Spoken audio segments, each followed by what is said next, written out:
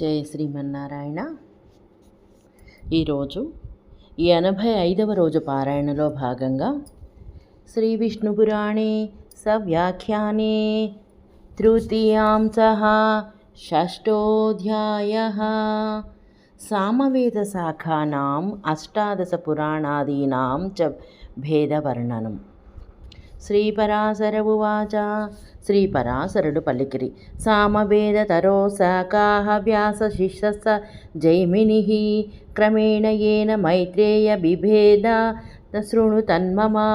ఇక వ్యాస భగవానుని శిష్యుడైన జైమిని సామవేద వృక్ష శాఖలను విభజించిన క్రమమును నా నుండి వినుము.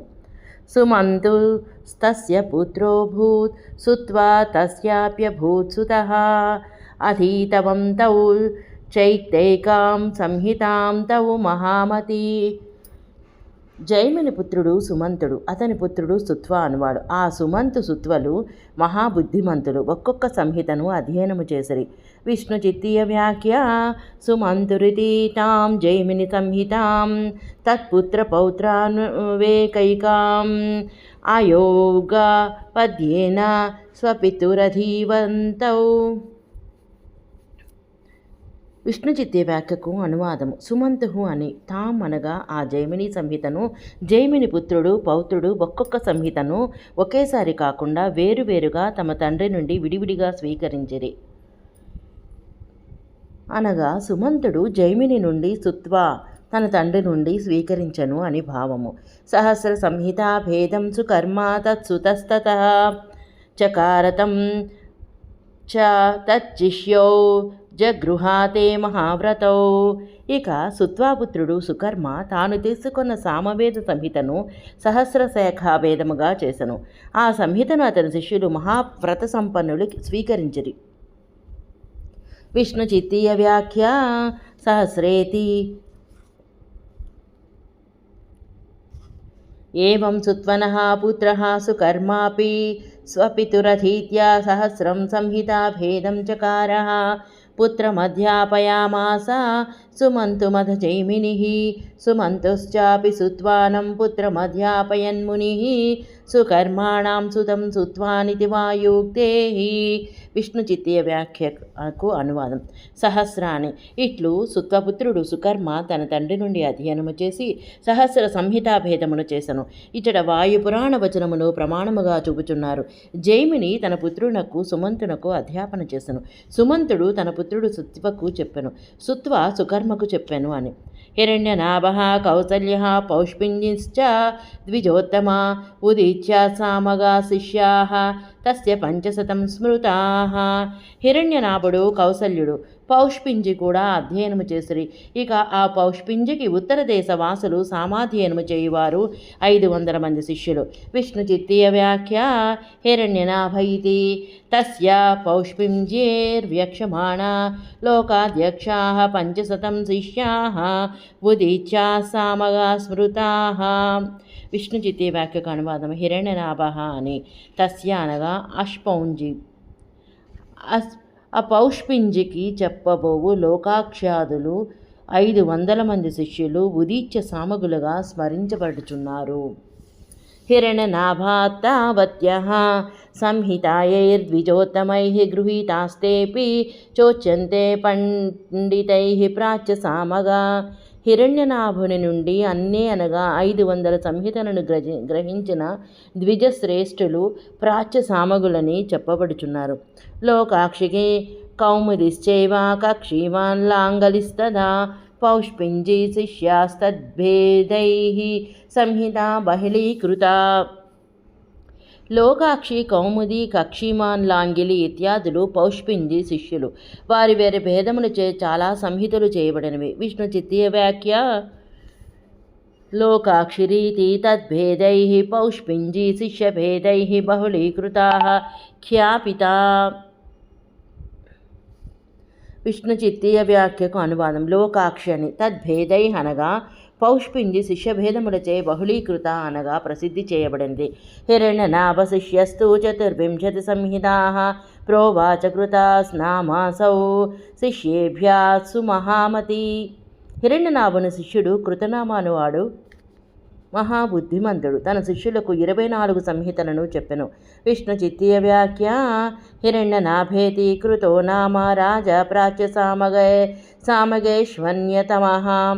విష్ణు చిత్తీయ వ్యాఖ్యకు అనువాదం. హిరణ్యనాభ అని, కృత నామ అని విగ్రహవాక్యము, ప్రాచ్య సామగులలో ఒకడు అని భావము. తైశ్చాపి సామవేదోసౌ శాఖాభిర్ బహుళీకృతః అధర్వణామధో వక్ష్యే సంహితానాం సముచ్చయం. వారు కూడా ఈ సామవేదమును చాలా శాఖలుగా చేస్తున్నారు.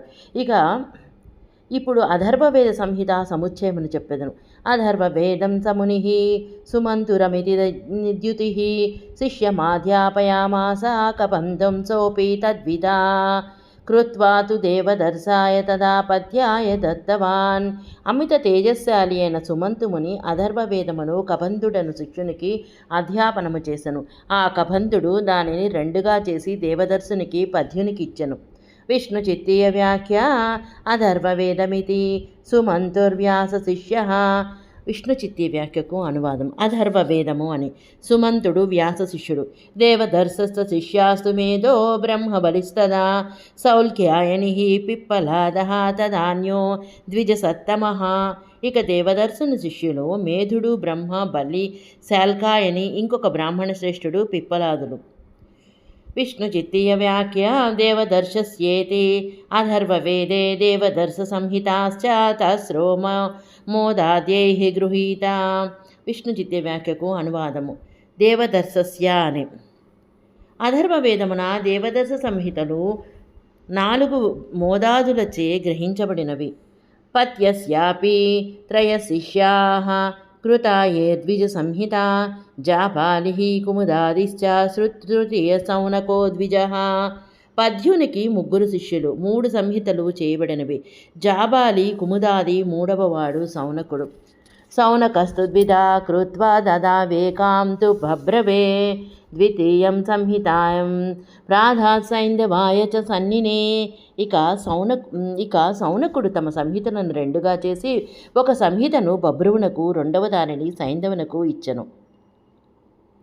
సైంధవాన్ముంజికేశ్చ భినద్వేదం ద్విధా పునః నక్షత్రకల్పో వేదానాం సంహితానాం తథైవ చ. సైంధవుని వలన ముంజికేశుడు పొందెను. అతను 2 శాఖలను చేసెను. నక్షత్రకల్పము వేద సంహితులకుగా చేసెను. విష్ణు చిత్తీయ వ్యాఖ్య సైంధవాదితి ముంజికేశ సంహితయోః శిష్యావన్వేష్యౌ యయోర్భేదేషు బహూపయోగాః పంచభేదాః నక్షత్రకల్పాజ్యాః కల్పశబ్దో వేదాదిభిః ప్రత్యేకం సంబధ్యతే తదా వాయుః నక్షత్రకల్పో వైతాన సంహితానాం తదా విధిః చతుర్థోంగిరః సాంకల్పశాంతి కల్పస్య పశ్చమః శ్రేష్ఠాస్త్ అధర్వణామేతే సంహితానాం వికల్పకా ఇతి నక్షత్రకల్పో జ్యోతిషామంస వైతానకల్పో వేదకల్పో బ్రహ్మత్వాది యజ్ఞవిధి సంహితాకల్పో మంత్రభాగవిధి. విష్ణు చిత్తీ వ్యాఖ్యకు అనువాదం.